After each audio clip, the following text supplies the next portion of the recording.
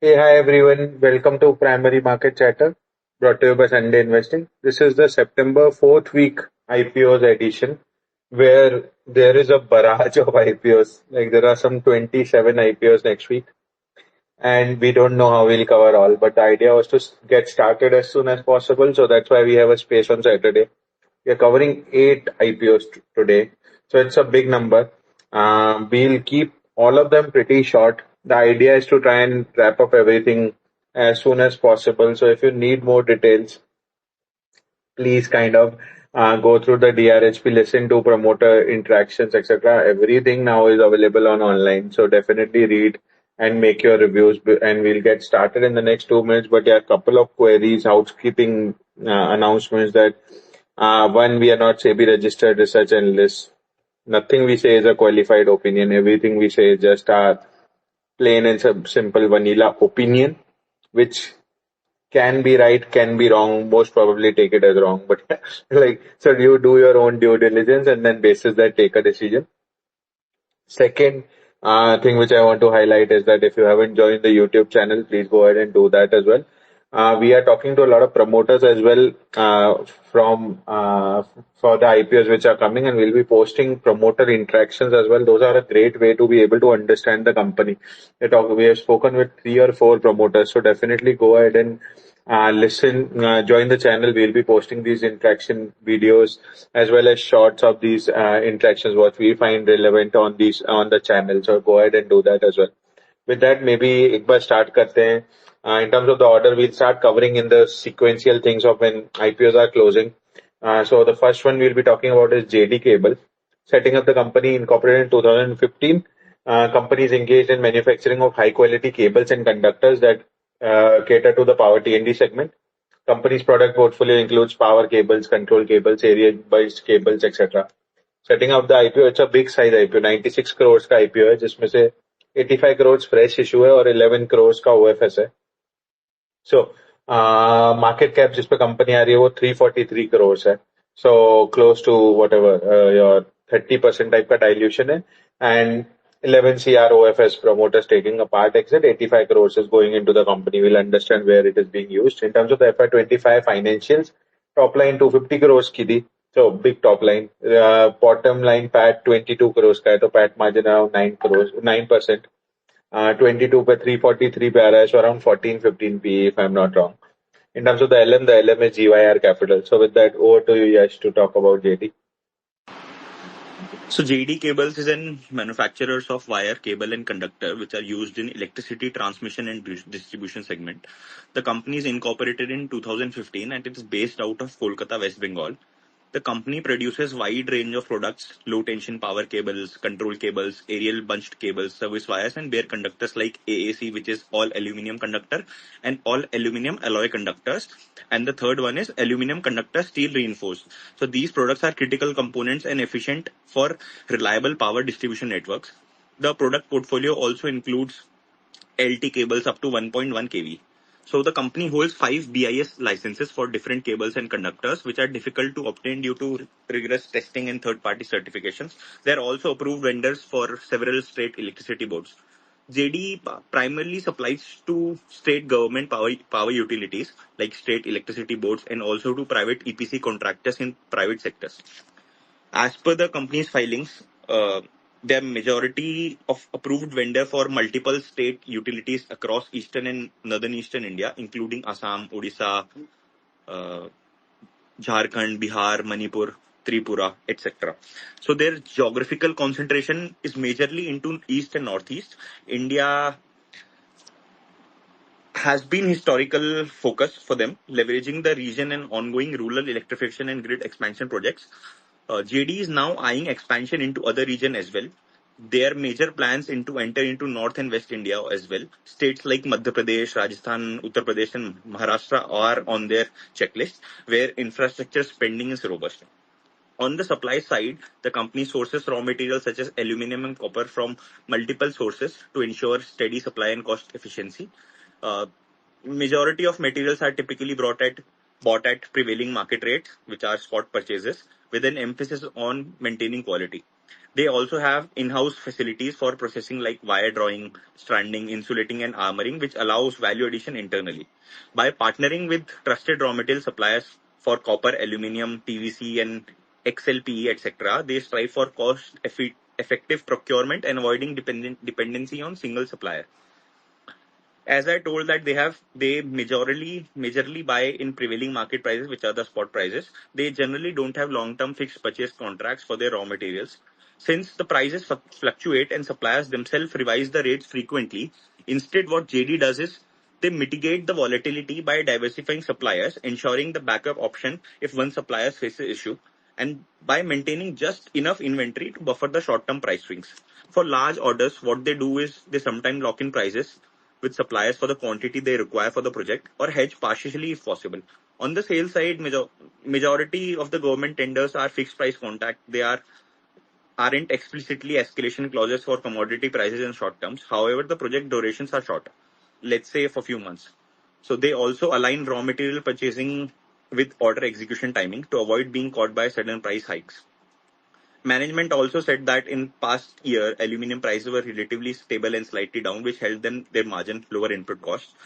If commodity price rise sharply, it could squeeze their margin on fixed price orders. This is a risk which one should monitor in the long term. In such cases, they would negotiate with the clients if possible and rely on inventory purchase at lower cost. But again, things can go wrong if there is too much volatility in raw material pricing. They operate in two manufacturing units, West Bengal, which is the Unit 1, and Hora, which is in Unit 2. These facilities are equipped with uh, modern machinery testing labs. They have IS, IEC specifications. Their capacity utilization has been high in recent years due to surging order volumes. Out of this 96 crores, 55.53 lakh shares are the fresh issue. 7.6 lakh shares are OFS, which one promoter is doing. Majority of the fresh issue is going towards working capital requirement. This is very crucial as this is very working capital intensive business. 26 crores they are using to repay the debt. They'll pay 26 crores, which is 62% of the debt, significantly deleveraging the balance sheet. This 26 crores from IPO will save them 2.5 crores annual interest going forward. Also, there'll be 15 to 16 crores of debt remaining.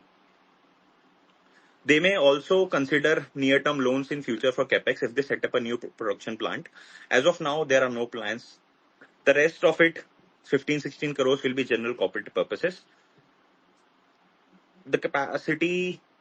So, as I said that with the IPO, there is no capacity, but they have the new capacity, which is coming up in March 31st, 2026, which is expected to give an additional revenue of 250 crores in turnover.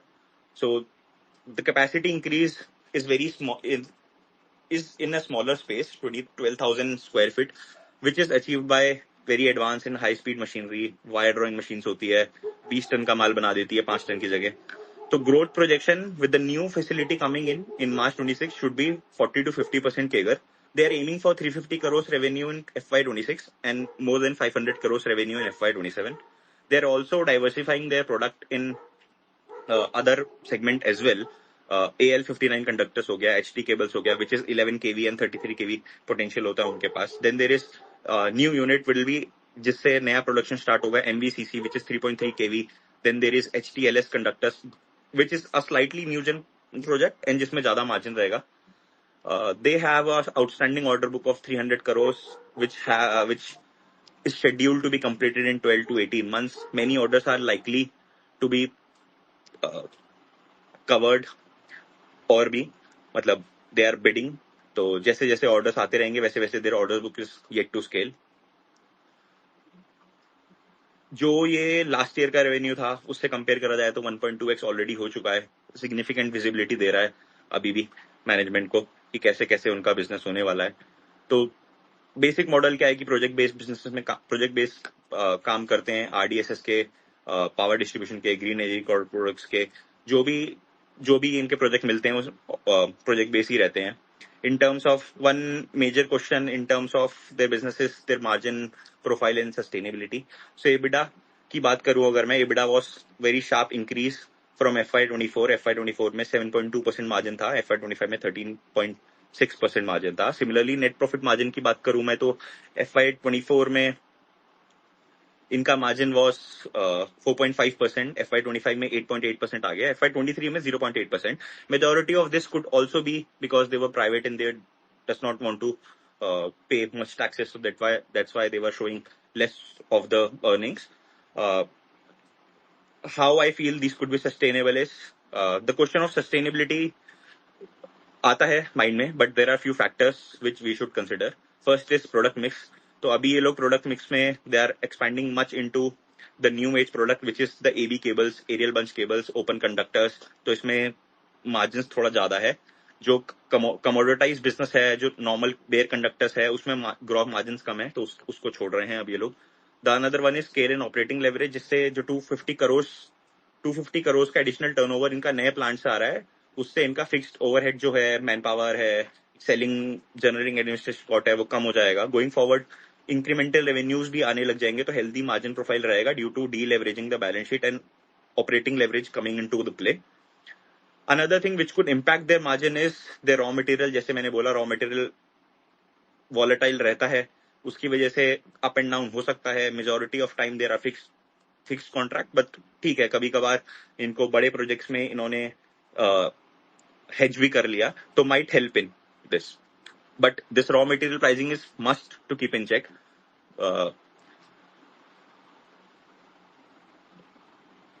Now, in terms of sustainability, margin management is saying that we can sustain this margin. 12% is what is sustainable. They're also doing forward integration, direct EPC projects ले रहे हैं, JV partner कर रखा है, although very small contracts, but they are doing that. 20% of the 20 to 30% of the project cost मिल जा रहा है, plus supply और सर्विस का मार्जिन अलग से है. न्यू प्रोडक्ट्स आ रहे हैं, जैसे मैंने बोला, MVCC कंडक्टर्स, HD केबल्स. बहुत ऑपरेटिंग एक्सपेंस कम हो जाएगा. कॉम्पिटेटिव एडवांटेज अच्छा खासा है, क्योंकि बहुत पहले से ट्रैक, मतलब 100% डिलीवरी है, टाइमली एग्जीक्यूशन है ट्रांसमिशन एंड डिस्ट्रीब्यूशन के प्रोजेक्ट में. तो those are the good things. In terms of revenue guidance, I have already said 350 crores for FY26 and 500 plus crores for FY27 is what they are guiding for. Working capital intensive business है. Cash flow was negative last year and उससे पहले भी. This is purely because of the company is growing very significantly fast. So this pattern is typical for a growing manufacturing company. उनको inventory build करना पड़ता है, raw material and working progress होता है, 2-3 महीने का साइकिल हाथ में पकड़ के चलना पड़ता है. तो अभी ये 45 करोड़ भी जो रेस कर रहे हैं, they'll come into the working capital, तो situation will improve. Balance sheet की बात करें तो balance sheet is quite decent, ऐसा कुछ है नहीं. जो नया पैसा आया है उससे काफी ज्यादा नेटवर्क जो है, इक्विटी जो है, वो काफी इंक्रीज हो जाएगा बैलेंस शीट पे. डेट टू इक्विटी डिसेंट रहेगा, कम ही रहेगा. Debt they are also paying off. 60-70 days का debtor cycle, almost 70 to 90 days का कैश कन्वर्जन साइकिल पे वर्क कर रहा है company. So overall this is a good business. I think जितना जल्दी ये लोग स्केल कर रहे हैं, फास्ट ग्रो कर रहे हैं, 40 to 50% growth is very decent. So I think we should apply at these multiples. 15.5x is nowhere close to losing much. Given also we need to keep in mind the size is quite bigger and the LM is GYR, which usually has a habit of not supporting their issue at all. So these are the only two risks, and business wise, so raw material is the one risk which I can see. Thank you, Yash. I can go ahead and say that your review would probably be the longest and also the most prepared. We will kind of go and wing remaining few, but yeah, having said that, in terms of JT, again, I felt that at this premium, 15 pay, right, and all your industry is somewhere around 2022. Badora also came high, and then I know Prime is also coming at like 20. So at least there is valuation comfort plus high growth here. So because of which at least GYR is. So should be okay to apply at IPO price. I'll apply this one. With that, let me go forward and set up the second company very similar to this. So review should be shorter, and Rohit, you can thank Yash for covering almost everything.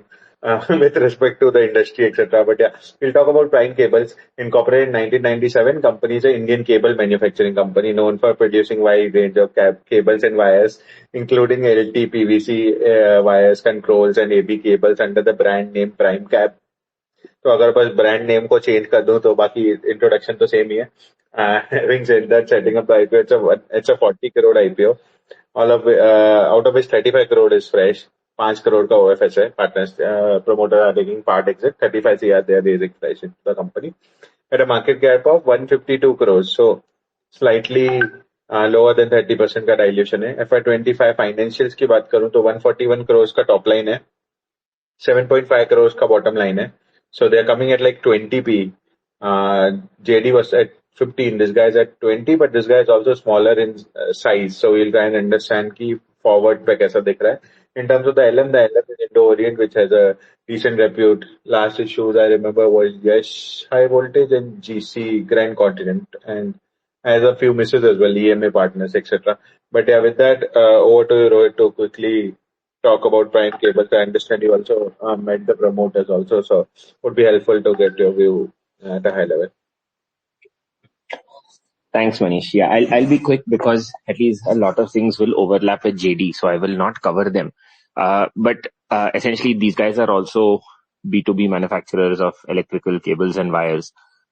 These guys have been around for almost 17 years now, and they are specifically in the LV segment, the low voltage segment, for cables and conductors. Like you said, they sell these products under this Prime Cab, and I think one more Renufo or something. Now, what these guys do specifically is there are two types of cables that they focus on, which is a little different from JD. JD has a different, within all of these various cables, there's a specific class of cables. So these guys focus on control cables and power cables. So control cables are those that transmit control signals. So this is the stuff that will be sitting inside, let's say some of these panels, or, these small machines and stuff. So these are for communication. This is not for electricity transmission. So that makes about 45, almost 50%, I think, of their revenue. And another 35-40% is power cables. This is what is actually for your electricity transmission, distribution, the overhead lines and all that you see. So these two segments are where they focus on. Essentially, they also have some of those aerial bunch cables, which are, say, more for your end distribution, some instrumentation cables and stuff. Those are smaller. But what they say is their differentiation is that they manufacture everything from a power standpoint, from the generation to the transmission, to the distribution, to the stuff that goes into the substations, the stuff that goes into the panels, so the smallest of wires. So they make the entire thing within this value chain. So that is, I think, how to kind of understand this business. Having said that, they are still focused on the low voltage segment. So even within the power segment, they still are within LV. LV is the easiest, the lowest, I'd say, most fragmented, lowest barrier to entry piece. Generally, SMEs will be in the LV segment only. This company is very similar to Bhadora that came recently. I think that's probably the closest peer compared to a JD. Both of these companies are trying to, or came with the IPO to move into the MV segment, which is the sort of next logical step. Somebody like or if you look at the HT, that is probably still a step or two away, but MV is something that they can do. Today, they have a capacity of about 34,000 kilometers, of which they are about 44% utilized, and they are making this new MV capacity.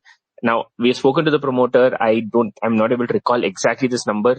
They did about 140 crore, which means they can do about maybe 300 crore with their current capacity. And if I'm not mistaken, that new capacity can effectively double the revenue, just on the MV side. So there's certainly a lot of room to grow just for this year. And then the new capacity which will come in next year, they want to do it by Q1 of next year. It will give them a lot of visibility for FY27 as well. So I don't think growth will be a problem for this company compared to, say, a Bhadora, which was going to be flat or flattish, 10-15% for this year. Now, this company is empaneled with 14 states. They also do project work in a few other states. I think totally 22 states or so. There is no revenue concentration, which is very good. They have so many different certifications, all the BIS approvals. So that's all actually fairly impressive for a SME company of the scale, that they're kind of ready to grow. They have everything in place, and now they're already obviously growing. To see their numbers, it has moved dramatically in the last couple of years, and it looks like they can continue to grow because they have all the ingredients in place.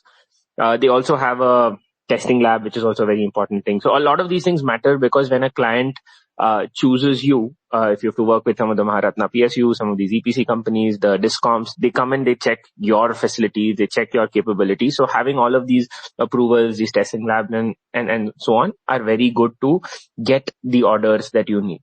Last year, they did about 140 crore with about a 5% margin, 7.5 crore PAT.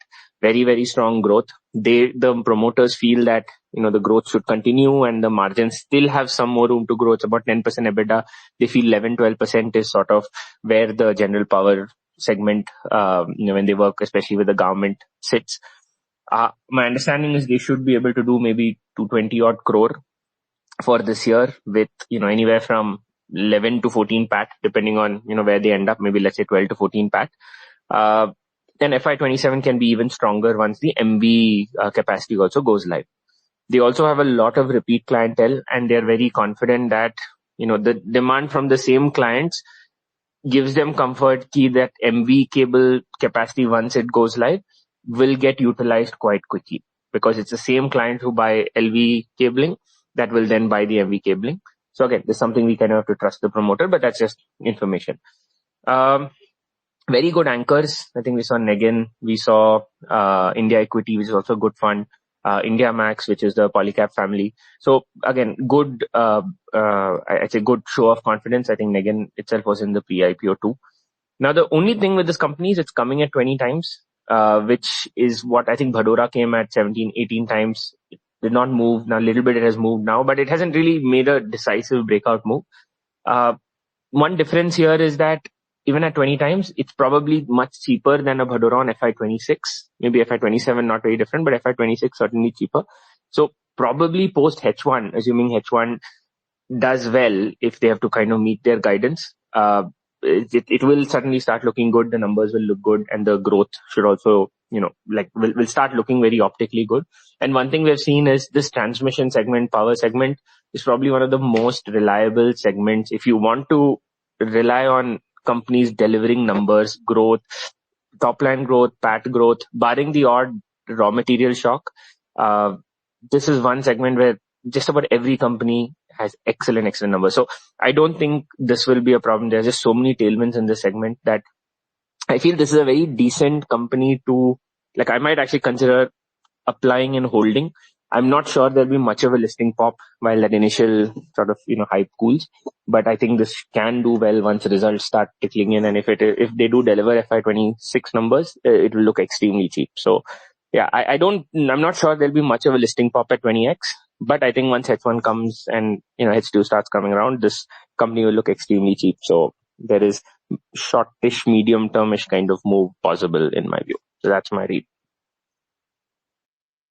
Got it. Thank you, Rohit. I also feel I saw the promoter interview, kind of impressed with the promoter and the scale at which the company it is. Although optically the PE might look high to begin with, but it would be cut. And as you said, that there is enough visibility. There is the anchor book is good. Again, I would be applying to the issue as well. With that, maybe we'll go forward and talk about the third company. Before we go ahead and do that, just want to highlight again कि आपने अगर YouTube channel नहीं join किया, go ahead and do that. It's in the pinned comments. With that, we'll talk about the third company again very quickly. Everyone's saying quickly, but taking a lot of time. So I can't help it. But yeah, the third company we'll be talking about is Ecoline Exim. Incorporated in 2008, company manufactures sustainable cotton, jute packaging and promotional bags for global exports, which are used as packaging solution for supermarkets, retail chains, wholesales, and promotional companies. So, company bags बनाती है at a high level cotton और jute के जो packaging में use होते हैं.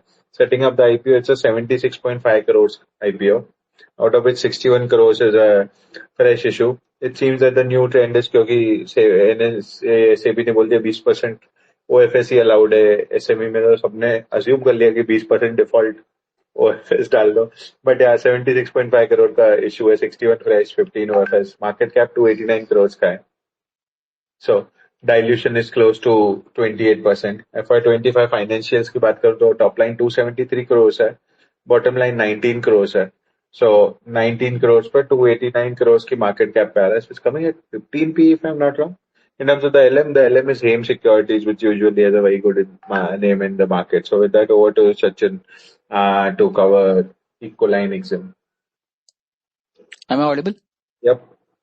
All right. So I'll try to keep it short. So this Ecoline, this specializes in packaging solutions for cotton and jute bags. Also, they have some eco-friendly material, eco-friendly bags as well. So what they do is they produce functional bags, which forms 83% of the revenues, and promotional bags as well, which forms the rest 17% of revenues. So these functional bags are used by supermarket chains, retail chains, wholesalers, etc. And these promotional bags are used for branding and gifting. Some of the, other revenues also come in from freight charges, duty drawbacks, some sale of export licenses as well, because almost 100% of the revenues come from exports to 25 countries, more than 25 countries, where they have more than 50 of these functional clients, these supermarket and retail chains, and around 24 to 25 of these promotional clients.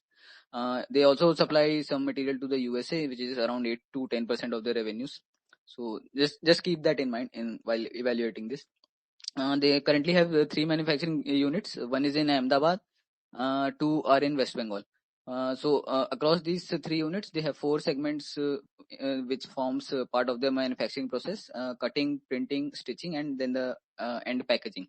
So across these 3 factories, the factory 1 and factory 2 is utilizing at 90% capacity, and the third one is utilizing around 80% of capacity. They also are restructuring the factory 4, which they already have, but its capacity is not yet defined yet. So that will maybe come alive in this year or maybe in the next year. They have around 88 CR of orders in hand. Now coming to their financials, in FY23 they did 310 CR of revenues. In FY24, the revenues dropped to 280 CR. This was largely due to reduction in the conventional cotton bags. So that reduced. Also their freight sale and the handling charges for which they charge to their customers, that also reduced. Now the PAT for FY25, FY24 looks high at around 8 to 8.5%, but this was largely due to one-time property sale of 4 crores. If we normalize that, it comes to around 6.8 to 6.9%. In FY25 going ahead, revenues again declined to 273 CR from 280 CR earlier. Now again the freight sales and the export licenses did not do much good in FY25 as well. So the revenue saw a decline again, and the PAT was similar, around 6.8%. For FY26, no certainty on the growth because I could not find any interviews online. But what they are saying that they are trying to increase their focus more on the Latin American countries like Brazil and Colombia, etc., and also to increase the domestic presence, which is non-existent at the moment. Now, some of the risk to this businesses, the revenues are 100% export focused. So, dealing with issues in various other countries, their regulations, etc., is an issue. Since they are operating in this bag segment, which already comes with thin margins, so that is a issue which is visible in the margins as well, and when it is more of an issue when they are unable to scale the top line as well. Now we also see that there are many cheaper alternatives appearing for these export clients, be it from Bangladesh, be it from Vietnam, be it from Indonesia. So that is one risk to this business as well. Also, one of their group companies received a penalty from SEBI for some finance related issues, and also one of the group companies who was into stock market trading, they did some settlements with SEBI as well for some non-compliances. And because of this dip in revenues year on year, we see that the working capital is starting to it is starting to show some signs of constraint and some signs of trouble. We see that the cash flow from operations is getting negative as well, due to the higher inventory and receivables. Now for the IPO use, 15 crore is OFS by the promoters, and the rest 50 crore is for making a new manufacturing facility in Ahmedabad. And this facility will also have backward integration, so they will also get fabrics made in house for their bags. And this is expected to come live in probably late FY27 only, from what is the timeline mentioned in the RHP. Coming to the pricing, for the IP pricing, it's around 15 times trailing, and they haven't mentioned any growth outlook or anything of that sort in the RHP as well, and I could not find any management interaction to assess more on that.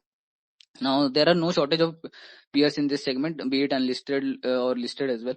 There are many companies which trade in the range of 10 to 15 times, and this at coming at 15 times, it seems like it is priced to perfection. More due to the OFS as well, or maybe some part due to the OFS. Lead manager here is Haim Securities, decent debut in the market. Anchor list is yet to arrive. If it arrives, let's see who are the names in that. Now for the final thing, since there is no interaction to go why, we do not have the outlook on what is the next leg of growth, because the revenues have been constant year on year. Also, there are no entry barriers to this business. Plus, the promoter focus is not visible in the business because they already have more than 30 other group entities in various other verticals, from real estate to some trading to some stock market business as well. So all of these need some clarity going ahead. So given the current context, it seems less exciting. That's all. Got it.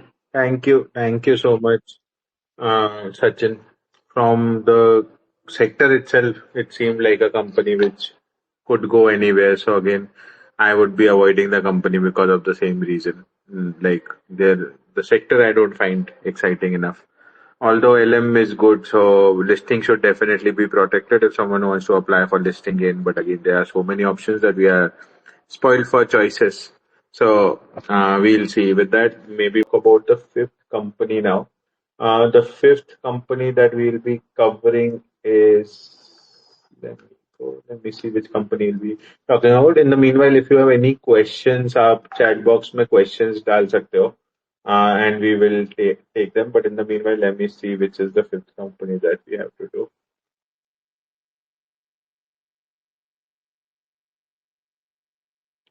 Yeah, so the fifth company we'll be talking about. Let's talk about Saatvik first. Now that I have it open, incorporated in 2015, company is a manufacturer of solar module products and offers EPC services for solar modules. It has a manufacturing capacity of 3.8 gigawatts as of June. So it seems another solar module manufacturer, जो कि solar EPC भी करता है. Market has seen a lot of them. Maybe we'll see. I'm sure this will have crazy multiples as well in terms of forward, just all over, growth, explosive growth, etc. But let's see. In terms of the IPO, it's a 900 crore IPO, out of which 700 crores का fresh issue है, 200 crores का OFS है. Market cap की बात करो तो 6,000 crores पे आ रही है company. So dilution is close to what, 15%. FY25 financials की बात करूं तो revenue 2100 crores का है और पैट 214 crores का है. So 214 crores पे 5900 crores पे आ रही है. So 28 के PE पे आ रही है ट्रेलिंग बेसिस पे. फॉरवर्ड पे इंटरेस्टिंग होगा देखना कितना है, और वो 2.8 गीगावाट में कितना कन्वर्ट हो सकता है फुल कैपेसिटी, एंड प्लान क्या है आगे कैपेसिटी जोड़ने का. LM की बात करूं तो LM DAM Capital Ambit and Motilal Oswal है. So with that over to you Tanmay to talk about Satvik. Is my voice clear? Yep. So Saatvik Green Energy Limited is a solar module PV module manufacturer with a operational capacity of 3.80 gigawatt. The company also does some solar EPC and rooftop and O&M also. Its clients include SJVN Green Energy, Sri Cement, Prozil Energy, Megha Engineering, JSW Neo, etc. The company at this point is having an order book of 4.0 gigawatt. So like if I consider like 12.5 crore type of realization for 60-70% TOPCon capacity and rest should be mono, पर तो मोटा मोटी 5,000 crore type का इनका in terms of value should be the order book. You know, the company is having plan to set up a 4 gigawatt solar module capacity which should get live in Q4 of FY26 or Q1 of FY27. ठीक है, tentative schedule, and the company is also intending to set up a 4.8 gigawatts solar cell capacity which should get live in FY27 and which is like Q4. The company also has plans to enter ingot and wafer manufacturing. The company is raising 900 crores, out of which 700 crore is a fresh issue and 200 crore is an offer for sale. In the fresh issue, company has kept 474 crores towards capex for new module manufacturing capacity, which I had already mentioned कि 4 gigawatt का ये module कर रहे. For that, the funds will be embarked. 177 crore is going towards repayment of debt. Balance sheet पे मोटा मोटी 460 करोड़ का debt है, so that should save some interest cost of रफली 15 करोड़ 14-15 करोड़ टाइप्स का. 49-50 करोड़ का जीसीपी है एंड 200 करोड़ का ओएफएस है. Coming on it's numbers, FY23 में 606 करोड़ का टॉप लाइन किया है एंड 5 करोड़ का पैट है. FY24 the company saw 79% growth and revenue has been close to like 1100 crore ballpark and 100.5 crore का पैट है. In FY25 the revenue almost doubled to 2192 crores and a PAT of 214 crores, so मोटा मोटी 98% kind of a top line growth है. अब इसका FY26 का बात करें तो इसका कोई वर्किंग कैपिटल वगैरह चीज नहीं, but given the order book and the timeline I feel मोटा मोटी 50% ग्रोथ ये 26 में आराम से अचीव कर लेगा. ठीक है, like 3200 3400 crore kind of a growth which should be like again explosive growth. And similarly like I don't see much operational efficiency given कि इनका solar cell is not going live in FY27 and even FY26 also. ठीक है, sorry FY26 में नहीं जाएगा, 27 में जाएगा in first quarter. So 26 में आपका नॉर्मल जो लाइक 0.5% का इंक्रीमेंटल ग्रोथ होता है जो आपका डेट से 10-12 CR बचेगा, that will only flow through and like in the second half repayment हो रहा तो 3-4-5 करोड़ का डिफरेंस है, उससे ज्यादा नहीं होगा. So FY26 में मोटा मोटी I feel company should do like close to 320-340 crore kind of a PAT. तो उसके हिसाब से वैल्यूएशन वाइज आ रहा है 16-17 P on 26. And I feel अभी इसकी अच्छी बातें कर लेते कंपनी की. First is company has grown like from like 2014-2015 का ही company it has came to that 2200 crore का स्केल है, nine like 3000 3200 3400 crore of a top line. अब बहुत कम समय में अच्छा ग्रोथ है. Second is first generation promoter है, यंग प्रमोटर है, lot of has got lot of time to prove himself. Deleverage balance sheet है, 485 करोड़ खाली डेट है, उसमें से भी 177 पे हो जाएगा तो debt to equity post IPO will be extremely comfortable. They can raise further debt like in case they want to do some further expansion, क्योंकि सेल का I am sure सेल के लिए they have to raise like 500,000 crore debt, so eventually that will also help. Export पे कोई ज्यादा dependence नहीं, 1.5% type of export है, 1.5%. So tariff should not be a issue. और बहुत ही माइनर लिटिगेशन से टुवर्ड्स सिविल, सो उसमें कोई दिक्कत नहीं. टैक्स का 25 करोड़ का लिटिगेशन है. Given the size of the company it doesn't make much relevance. Promoter background decent है. Anchor book was pretty average, like I was expecting a better anchor book but I did not felt much the anchor book. So simple way यार, market इसको आपका वारी premiere and Vikram वाला कभी multiple देगा ही नहीं. Reason being Premier and Waaree has got good cell capacities. Vikram is looking at Q4 of this financial year, so market ने उसको उस तरीके से वैल्यू देना चालू कर दिया. But Saatvik is never going to get that cell वाला.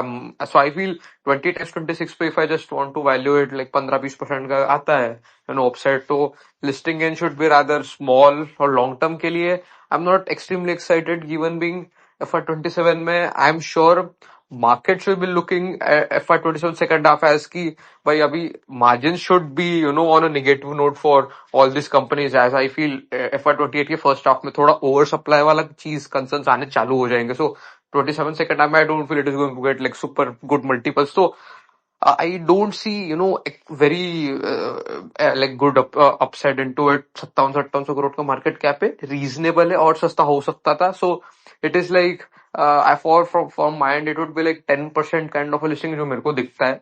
10% of listing इनके लिए apply, but for long term I'm not extremely excited. It's not a bad company, it's a very good company. But I feel, investors specifically cannot make a lot of money into such companies. So I feel जिनका view है for keeping for 2 years, they can look for long term. बाकी का I feel the guys who has got surplus funds can apply for like very small minimal listings.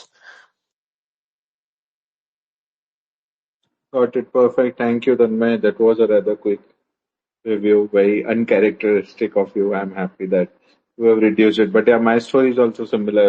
I've had multiple solar module issues. That this one should be another one of the same.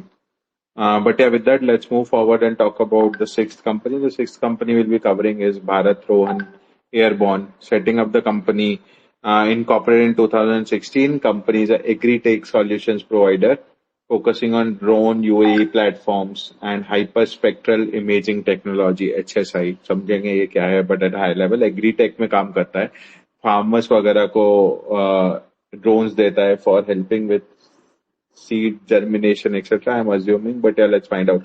Oh yeah, the company offers a range of services and products to address this key challenge in the agricultural value chain. So that is written in terms of the IPO. It's a 45 crore IPO, 45 crores का IPO, all of which is a fresh issue. Market cap 170 crores है जिस पे company आ रही है, 45 race कर रही है, 175, so 26% type का डायल्यूशन है. FY25 फाइनेंशियल्स की बात करूं तो रेवेन्यू 28 करोड़ का है, 28, PAT 8 crores का है, so good. 40% PAT margin, 7.8, no, so 30% PAT margin, which seems very high. Let's find out. In terms of the LM is Smart Horizon. So with that, over to you, Rohit, to talk about BharatRohan. Thanks, Manish. So yeah, this company definitely looks interesting from the surface, but I'll just double click and share a couple of views. So what they do very, very simply is they use drones. They fly them above a field. They use this hyperspectral imagery, which is a way to use a lot more colors than what the human eye can see to diagnose the field, and give farmers very specific advice, saying that, there is some deficiency in this corner of the field, or there are some pests on this other corner of the field. They sell the advice, obviously. They also try and sell the right inputs, which is the, let's say, fertilizers or other kinds of biofuels and stuff that can help solve that problem. And then they also sell the crops that come out from these fields. So they basically are kind of, the full chain. They use these drones to assess, to give suggestions, and then finally to sell that product as well. Now, this hyperspectral imagery is obviously the technology that differentiates them a little. I mean, the hyperspectral imagery itself is a generic technology, but they have figured out how to use it with drones for this particular use case, and in some way that actually adds value. So they have three business lines. One is they sell the service of assessing the field, which is about half of their revenue. In fact, there's a segment that has reduced in, the how much of the overall contribution it is, but last year it was about half of their revenue, about 14 crore. They also sell some inputs, like I said, there's a fertilizer and stuff, but that's honestly just like 1% or 2% of their revenue. And the remaining all is the products that they're selling, which is their farmers in their network. Once they know from that field, these farmers have done XYZ, they've, say, used the right materials, they've grown the crops in a certain way, especially in this sort of modern urban setting where, a lot of people are concerned about how the crops were grown. They're able to then sell those products at a better margin and at a higher cost because people are willing to pay for that transparency. So that is their entire model. Now, the core part that differentiates them obviously is this bit where they do this imagery and they figure out the, real-time status of that field. This, unfortunately, in my view at least, is inherently extremely unscalable. Just think, it is manual, it is people intensive, it is for every field you have some folks either on your rolls or in some way working for you, going and flying a drone and manually, doing this and collecting that data and that information. And they're doing this farm by farm, acre by acre, to farmers who they can barely charge anything, who have very low paying power. And it kind of shows, right? They've scaled up the farmers a lot. Like I think from FY24 to 25, they went from 3,000 farmers to 12,000 farmers. The revenue went from some 11 crore to 14 crore, which is kind of saying that as they go to more farmers, they're going to farmers with lower and lower paying power. And that just makes it a very manual, scalable, unscalable kind of business. That part of the business, even though there is some technology, the people you're selling it to are not people who really can pay. You need to show them and prove to them that, I'm able to generate some improvement in yield and stuff. And that's a cycle. It takes a long time. So what they're doing is commendable, but it is not a very fast to scale business. And even if you see what they're doing right now, a lot of their growth is coming from this agri trading. So probably this is something that they've added more recently in the last couple of years, or they've scaled it up more recently, which is selling that produce and kind of packaging that produce in a way that they're able to sell for a higher margin. I still feel that will be kind of capped if they cannot scale their service business, which is a people-intensive business. If they cannot scale that, there are only so many farms that they have from which they can source the produce to sell. Now, overall, the numbers are good. So far, the numbers are trending well. They've grown on 40-50% last year. Though, again, the core services business, the drone business has grown only about 20-25% on a fairly small base. They did about 28 crore with 30% margin, 28% margin. Again, mostly because this is a very service-oriented kind of business. If you look at their working capital, probably from their projections, they should double again this year. Let's see. I don't have any direct interaction material or any YouTube videos or anything online. But just broadly speaking, they look like they want to double further.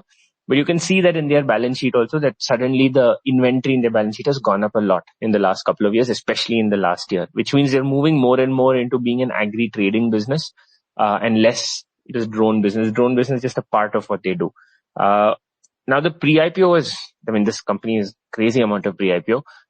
Some well-known names, some decent funds. Dr. Farooq Patel is there, Mavira is there, bunch of HNIs are there who, are known to move stocks in general.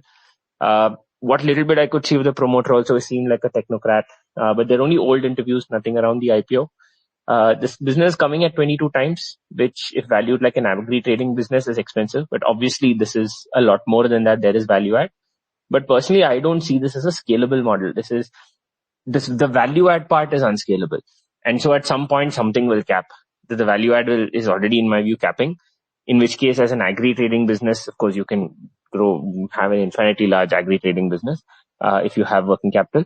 But again, that is not a very exciting business. So my view for the medium long run, without like very, very clear guidance from the promoter or some interview or something, right, where he explains what they're going to do for the next 2-3 years, what exactly the vision is from the RHP and from, I don't know, just my own good sense. I'm not liking what I see from a medium to long term. I don't understand the scalability, but I still feel in the short term, there should be some decent hype, and good kind of investors are here. I'm expecting a decent anchor book also. So it looks like an okay play to me personally short term, unclear on the long term, or it's slightly bearish on the long term, and will change my mind if there is actually some good interviews that come, between now and when the IPO does. Got it.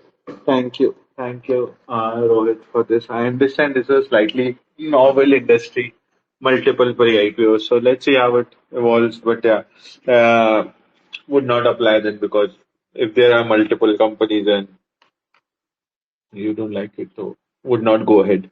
Having said that, let me quickly move forward and talk about two mainboard companies before we wrap it up. We are already 1 hour in, so yes, probably we'll run over by 15 to 20 minutes. But the next company we'll talk about is Ivalue Info Solutions. Setting up the company, incorporated in 2008, company is a technology services and solutions provider specializing in enterprise digital transformation. Company operates across India, SAARC region and Southeast Asia. So technology services company है, IT company type की है. We'll understand क्या करती है exactly company. Setting up the IPO, it's a 560 crore IPO, all of which is OFS. पूरा OFS किया है company ने. मार्केट कैप 1600 पे. सो 35% का dilution. I always get scared when dilution is large and it's all OFS. करारो करके company आई थी, मुझे वो याद आ जाती है जब 33-35% का ओएफएस होता है. तो इन terms of like, but it's all OFS. No, nothing's being going into the company, which can be thought of okay as a IT company at least, क्योंकि you are a services based business, right? So internal accruals बन रहे होंगे. In terms of the FY25 financials, revenue is 942 crores. PAT is 85 crores. So 85 crores पे 1600 crore के valuation पे आ रहा है. So 20 PE पे आ रहा है. At least the valuation looks okay. In terms of the LM is IIFL and Motilal Oswal. So over to you, Sachin, to talk about Ivalue. Am I audible? Yep. All right. So this company was set up in 2008, which is a more like a technology aggregator, or you can say a value-added distributor, operating in India and those SAARC countries. So what they do is they make custom-built solutions using the OEM's products, and then they supply it to their companies and large enterprises. So the business model is like they act as a bridge between these OEMs who are actually developing the products, and with the combination of the system integrators, you can say all of those that collect data and those big enterprises, they deploy solutions for their end customers. So business wise and revenue wise, the technology that they are deploying is a mix of what we can see that they offer end-to-end solutions. They also offer cyber security. They also offer enterprise technology. So all of these verticals, they are part of their offerings. There is one clarity that came in this year, especially for the services part, where earlier they used to record it on gross basis, the sales, and now they have recorded it on net sales basis. So this they have done as per NDS, that they follow the accounting standards, and because of that we see that the net sales is 920 cr, whereas the gross sales was around 2400 cr for FY25. So why did this is because they are the company and they are acting as an agent for all of these big clients. So they can only recognize a certain percent of the services that they offer on the net basis only, while all other tangible that they provide, this, some of the products and some of the custom solutions that they provide, that they record on gross basis. So the revenue split is between cyber security, that forms around 45% of revenues. There is life cycle management, which forms 22%. Then there is data center infrastructure, which forms 17%. And then comes the cloud and all other parts, which forms 14% of the revenues. And they also provide 24/7 services along with all of these verticals. So they have a network of around 109 OEMs in FY25. This was 93 2 years back. So around 9 OEMs added in 2 years time, and around 810 system integrators. Also, for their debt, they have recently received a credit rating of ICRA A and A2 plus, both for the short term and long term debt. Now, coming to their financials, they did 796 CR of revenues with 10% EBITDA. And this is all of these financials are on net sales basis, because that is the norm going forward. And for FY24, they did around 780 CR of revenues with 14% EBITDA. And in FY25, the revenues jumped to 922 CR. Now the EBITDA remained same around 14%, and the PAT was 9%. And we see that the top 10 OEMs are now contributing to around 60 to 65% going forward. So year on year, the revenues that are coming from top 10 OEMs is increasing as well. For FY26, what they mentioned is they are targeting around 20 to 25% growth. And they are also looking to expand in the regions of Bangladesh, Sri Lanka, Bhutan, Nepal as well, and all other neighboring regions. Now, the retention rate is good. 80 to 85% is the retention rate. Also, they are looking to partner with the new OEMs like Nutanix, which is a healthcare-based vertical technology company, and Google Cloud as well for the lifecycle management thing. Also, what they are doing is they are trying to digitize more of these data centers to shift them to cloud. So that is one focus going forward for them as well. Now, coming to the risk, all of these OEM agreements that they have currently with them, they are not exclusive. So they are non-exclusive agreements, and they can be terminated without any cause. So that is one reliance they have on these OEMs. Also, when we see despite being a IT company, the receivables are quite high. Now, on a gross basis, when we check that these receivables look high as around 320 days. But when you factor in those accounting adjustments done for the net sales basis, it comes to around 95 to 100 days.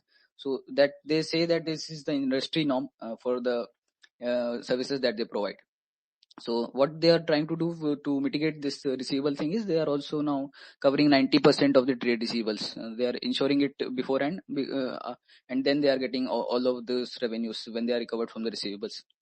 Now the EBITDA to cash conversion, which I see for a IT company, is have been volatile in the past, and it has continued to be volatile. In FY23, they had negative cash from operations, so the conversion did not stand well. In FY24, we saw a good recovery where around 60% of the EBITDA was converted to cash. But in FY25, despite due to all these receivables thing, it has again fell to around around 30 to 35%. Plus, they also received some income tax refunds. So if we factor that those income tax refunds, the conversion is around 20 to 25% of the EBITDA only to cash. And the employee attrition is also going. It is an increasing trend for these IT companies. This may be not due to the company itself only, but for the overall IT sector as well. Now the current employee attrition is around 35% in FY25. So for the issue, this is an entire OFS, and what the rationale they say for the OFS is the same like every other IT company, that they have strong net cash positions and internal accruals to cater to their business. The fund exiting is some Sundara fund from Mauritius. So their fund life cycle of 5 to 6 years is over now. They invested in 2019 and now they are exiting. They will still hold around 10% of the issue of their shareholding post this IPO. Other sellers are from the promoters and the promoters group only. So now for the pricing, they are coming at around 19 times trailing given the FY25, and what they are projecting is they are coming to around 15 to 16 times. Anchor list was decent as well. We saw ICICI Prudential, Nuvama is there, Bengal Finance was also there. Now for the peer, they mentioned in the RSP, they have stated that they have no comparable peers. But just for the sake of it, they have shown Reddington and Rashi Peripherals as their peers. So both this Reddington and Rashi Peripherals, they both are into distribution of these solutions, be it the IT products, the softwares, or maybe the computer stuff and all of these. So, and Reddington trades around 18 times and this Rashi trades around 9 to 10 times. But when we see more for the peers, there are many unlisted peers and the global peers as well. There is one Savix Technologies, and there is Indian arm of one multinational corporation, Ingram Micro, which also operates in India. So they do around 34,000 to 35,000 crore in revenues yearly. So we can see the scale that these companies are and the scale that this Ivalue is at currently. So coming to the final thing, the working capital is starting to getting constrained. It may be temporary, but it is visible in the operations. The pricing could have been lower given their growth outlook and scale at the moment. Business, I do not find something very unique because they are just an intermediary between the two system integrators and the OEMs. Plus, I see that there are many other opportunities in this week as well, so might as well skip this one. And there is the also overhang of that H1B visa thing going on, so that hurts the IT companies to some extent. Maybe sentimental, but that is there. So that was it. Got it. Thank you. Thank you, Sachin. I'll just add Come to one the thing. yeah, go on then. हाँ हाँ कि इनका जो accounting issue है ना, this is not just net of software, तो that like two parts in the business. One is your software, one is your hardware. तो as hardware is touch and feel वाला स्टफ, तो जो उनका revenue में दिखता है that is gross sales only of hardware, और जो सॉफ्टवेयर है उसका नेट सेल्स दिखता है. लेट से मैंने 100 रुपए में कोई सॉफ्टवेयर खरीदा and I am adding like 30 rupees value, तो मैं 30 रुपीज फॉर software account कर रहा हूँ, but for hardware I'm doing 100 of 100. So that is just wanted to add. So what they're doing is just to show up the growth in the data center infrastructure, they're including some of the hardware components also, is what was told in one of the calls. So that I'd wanted to add. But gross level पे भी देखें तो जो CAGR है FY23 to FY25, even there, if they are trying to show the growth on gross level only, that is around 16%. And now if we do on the net level CAGR, it comes around 18 to 19%. So net level पे they are even better. So I think that should help. Correct. Perfect. So, but avoid it considering so many issues. So something better we find and limited money. मैं तो पढ़ी नहीं अभी. Yeah, with that, let's move forward and talk about one last company for the day. We'll be talking about GK Energy, just setting up the company, incorporated in 2008. Company provides EPC services for solar-powered agricultural water pump systems under Component B of the central government's PM Kusum scheme. So seems like Oswal जो आई थी वैसी लग रही है, शक्ति pump जैसी. We'll try and find out. It's called GK Energy. Setting up the IPO, it's a 464 crores IPO. 400 crore fresh issue, 64 crore OFS. So decent issue, market cap 3,100 crores पे आ रही है कंपनी. FY25 फाइनेंशियल्स की बात कर तो 1100 करोड़ का top line है, 133 करोड़ का बॉटम लाइन है. तो 133 करोड़ पे 3103, so 17-18 का भी है, seems decent. LM की बात करूँ तो LM, IIFL and HDFC है. So with that, over to you, Tanmay, to talk about GK Energy. So GK Energy Limited is India's largest pure play provider of solar water pumps and its given EPC under the PM Kusum Yojana. So the company does not manufacture the solar pumps on its own, so it operates in the asset light model where they source the solar pumps, solar panels, and related allied components from some third party vendors, and then they give it the branding of GK. The company has got 12 warehouses in 3 states. The company is raising 464 crores, out of which 322 crore is a fresh issue and 64 crore is an OFS. So I'll just add one thing.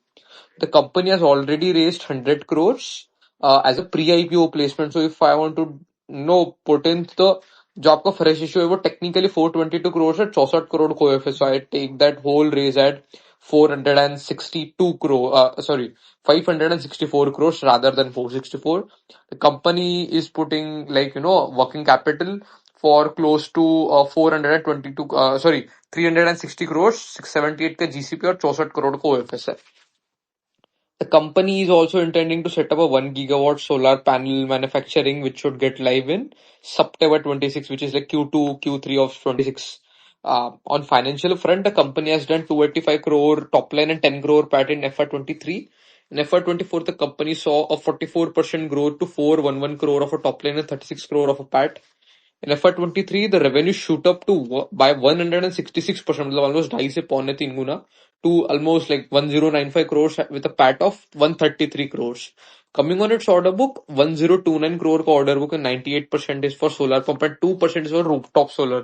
ठीक है.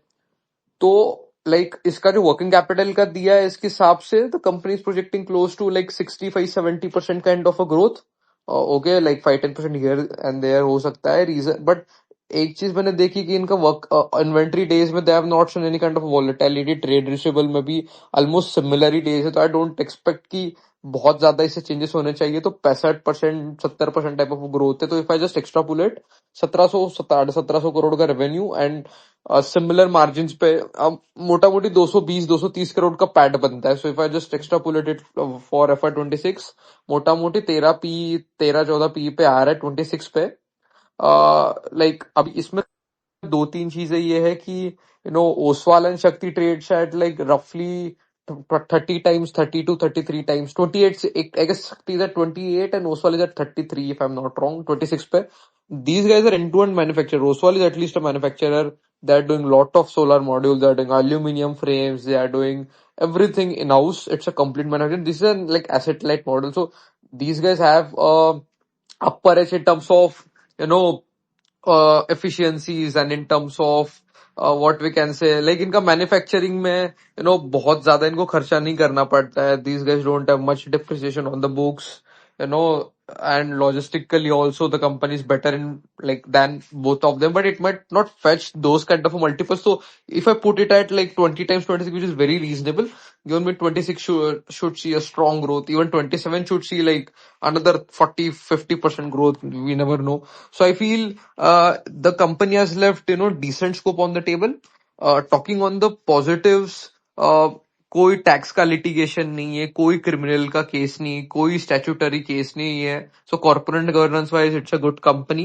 बाकी balance sheet भी ठीक है, कोई दिक्कत नहीं है. प्री आईपीओ में अच्छे नाम थे. Anchor book was on a good note. So I feel कि इसके अंदर there should be a multiple which market would choose between 15 to 20 for FY26 or even थोड़ा ज्यादा भी हो सकता है. तो I see company has left 50% kind of a scope on table. So it's apply from my end, sure apply from my end from for I would say probably reasonable listing gains, and even for I would say medium term it's a good bet. For long term I won't comment. Reason being यार solar pumps का ना मतलब for next 2 years it is good, but completely government dependent है.